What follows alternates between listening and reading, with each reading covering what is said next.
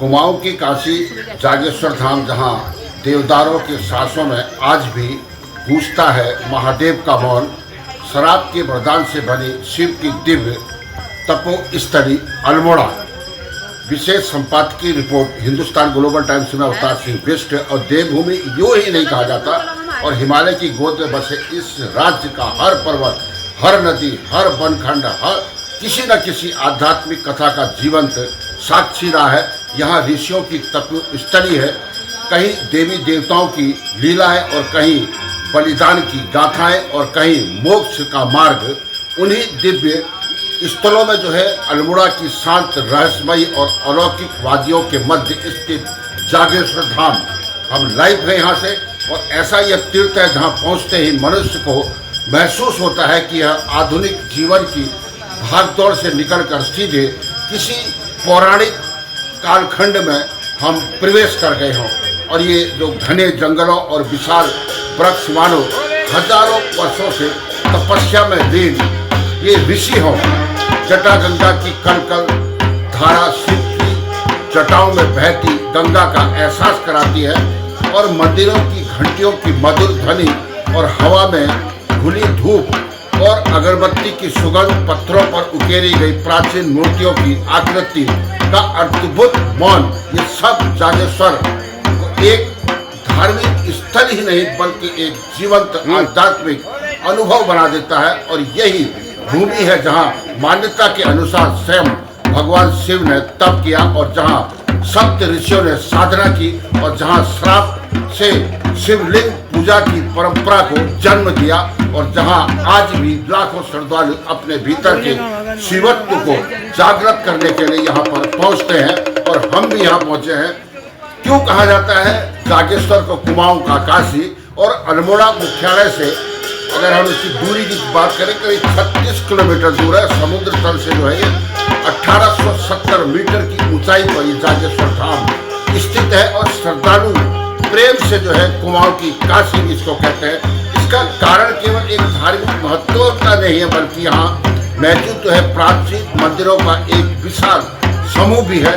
ये सामने देख रहे हैं वो लगभग 124 से 125 प्राचीन मंदिर यहाँ पर उपस्थित है। ये सभी मंदिर विभिन्न कालखंडों में निर्मित किए गए हैं, ऐसा माना जाता है। इतिहासकार इस मंदिरों का निर्माण मुख्यतः कतूरी राजवंश के बाद के चंद राजाओं के शासनकाल से जोड़ते हैं, और 7वीं से 14वीं शताब्दी के बीच इस मंदिर में जो निर्माण के अद्भुत परंपरा यहाँ पर विकसित की। पत्थरों में नक्काशी और शिखर शैली की जो वास्तुकला और दुर्लभ मूर्तियां और धार्मिक प्रतीकों से सजे मंदिर ये एक प्रमाणित करते हैं कि उत्तराखंड केवल प्राकृतिक सुंदरता नहीं बल्कि सांस्कृतिक और आध्यात्मिक दृष्टि से भी अत्यंत समृद्ध रहा है उत्तराखंड।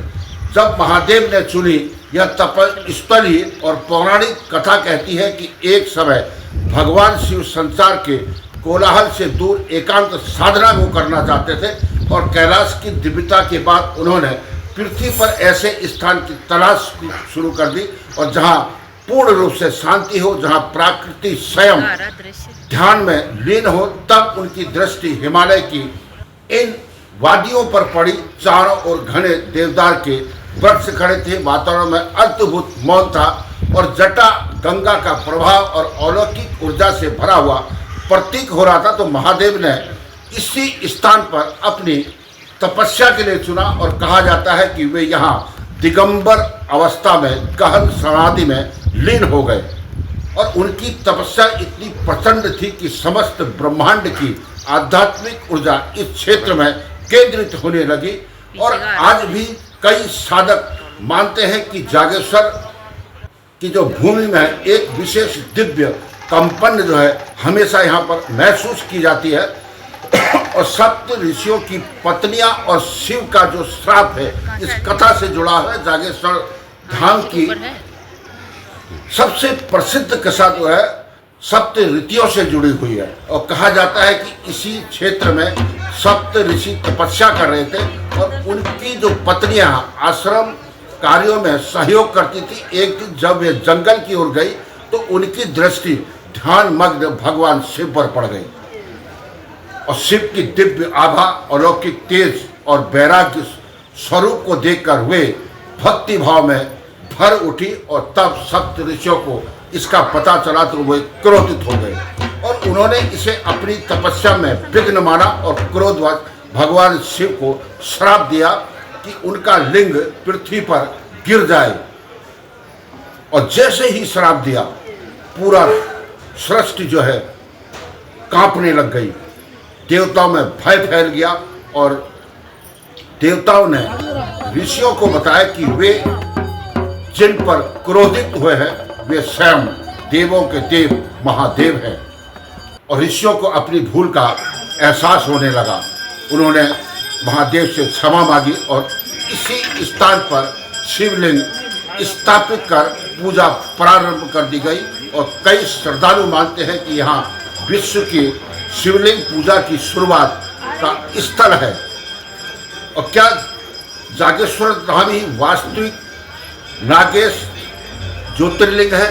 ये प्रश्न जो है वर्षों से धार्मिक विद्वानों के लिए बीच जो चर्चा का विषय बना हुआ है। और भगवान शिव के 12 ज्योतिर्लिंगों में वर्णित जो है नागेश ज्योतिर्लिंग का वास्तविक स्थान कौन सा है, इस पर अलग अलग मत है। कुछ विद्वान गुजरात के द्वारिका स्थित जागेश्वर को वास्तविक ज्योतिर्लिंग मानते हैं, तो वहीं उत्तराखंड के अनेक संत और स्थानीय पुजारी और श्रद्धालु मानते हैं कि वास्तविक नागेश ज्योतिर्लिंग जागेश्वर ही है। हालांकि इस पर जो है अंतिम सहमति अभी तक नहीं बनी है, लेकिन आस्था के स्तर पर जागेश्वर धाम की जो शक्ति को कोई भी चुनौती नहीं दे सकता।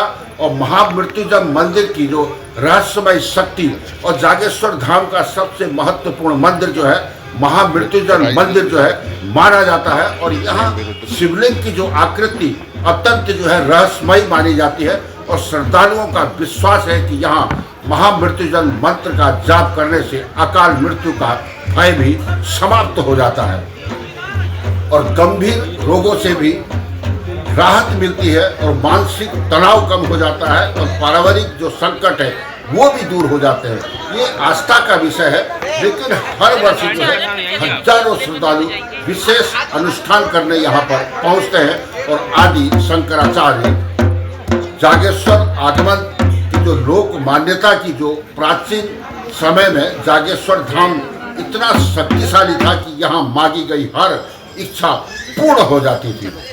कुछ लोग इस शक्ति का दुरुपयोग करने लगे और तब आदि गुरु शंकराचार्य यहाँ पहुँचे और उन्होंने कठोर साधना की और वैदिक मंत्रों के द्वारा इस स्थान की ऊर्जा को उन्होंने संतुलित किया।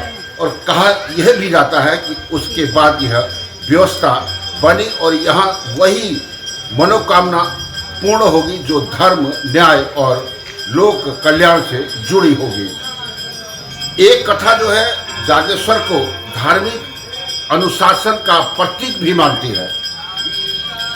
ये पांडवों के संबंध में है और महाभारत काल से भी जब जागेश्वर का संबंध बताया जाता है और मान्यता है कि अज्ञातवास के दौरान पांडव यहाँ आए थे और भगवान शिव की आराधना उन्होंने यहाँ पर की थी। और स्थानीय लोग कुछ मंदिरों को पांडवकालीन मान्यताओं से भी जोड़ते हैं और व्रत जागेश्वर की जो महिमा है मुख्य मंदिर समूह से कुछ ही दूरी पर स्थित आप देख रहे होंगे। व्रत जागेश्वर भी अत्यंत प्रसिद्ध है और मान्यता है कि यहाँ भगवान शिव व्रत स्वरूप में विराजमान है। और यहाँ पर निसंतान दंपति रोजगार की तलाश में संघर्ष कर रहे युवा और पारिवारिक समस्याओं से जूझ रहे लोग यहाँ विशेष श्रद्धा से आते हैं। और जटा गंगा का जो आध्यात्मिक महत्व जागेश्वर के पास जो बहने वाली जटा गंगा नदी का अत्यंत जो जल है वो पवित्र माना गया है और मान्यता है कि यह भगवान शिव की जटाओं से निकली एक धारा है।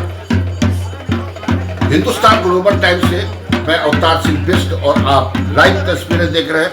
और यहाँ पर पिंडदान, तर्पण, श्रद्धाक्रम और विशेष रूप से यहाँ पर किए जाते हैं। लोग अपने पितरों की शांति हेतु यहाँ अनुष्ठान भी कराते हैं और पुरातत्व भी करते हैं। और जागेश्वर की जो पुष्टि भारतीय पुरातन सर्वेक्षण ने जागेश्वर मंदिर समूह को संरक्षित धरोहर भी घोषित किया है और ये एक संग्रहालय भी यहाँ पर उपस्थित है, स्थापित है, जहाँ दुर्लभ मूर्तियाँ हैं सुरक्षित रखी गई है। और मंदिर की स्थापत्य शैली यह प्रमाणित करती है कि उत्तराखंड सदियों से कला और आध्यात्मिक का केंद्र रहा है। श्रवण और शिवरात्रि में भी यहाँ पर विशेष रूप से भीड़ उमड़ती है। आस्था श्रावण मास में पूरा जागेश्वर क्षेत्र जो है शिवमय हो जाता है और शिवरात्रि के दौरान जो है विशाल मेला जैसा वातावरण यहाँ पर हो जाता है। देश भर के साधु संत श्रद्धालु और पर्यटक यहाँ पर पहुँचते हैं और रुद्राभिषेक, महामृत्युंजय जाप और विशेष जो पूजन पूरे वहाँ यहाँ पर चलता रहता है। और देवदारों के बीच जो है आध्यात्मिक अनुभव, सुबह की जो यहाँ पर पहली किरण जब मंदिर के शिखरों पर पड़ती है तो दृश्य जो है अलौकिक हो जाता है। और रात्रि में यही देवदार के बीच बहती हुई हवा जो है रहस्यमयी ध्वनि उत्पन्न करती है और कई साधक इसे शिव की उपस्थिति मानते हैं। ध्यान करने वालों के लिए यह स्थान जो है अत्यंत प्रभावशाली माना जाता है। और आधुनिक समय में क्या संदेश देती है जागेश्वर धाम? आज का जो मनुष्य है तनाव, लालच, प्रतिस्पर्धा और भौतिकता के जाल में फंसा हुआ है और जागेश्वर धाम हमें यह सिखाता है शक्ति का अर्थ अहंकार नहीं है, तप है। मौन भी साधना है, प्रकृति ही सबसे बड़ा मंदिर है और श्राप भी वरदान बन जाता है। और जब शिव केवल मूर्ति नहीं बल्कि वह चेतना है और उत्तराखंड के लिए क्यों महत्वपूर्ण है यह धरोहर। आज जब उत्तराखंड तेजी से जो है व्यवसायिक पर्यटन की ओर बढ़ रहा है तब जागेश्वर जैसे आध्यात्मिक केंद्रों का संरक्षण अत्यंत ही आवश्यक है। ये मंदिर धार्मिक पर्यटन स्थल के साथ साथ उत्तराखंड की आत्मा भी है और जहाँ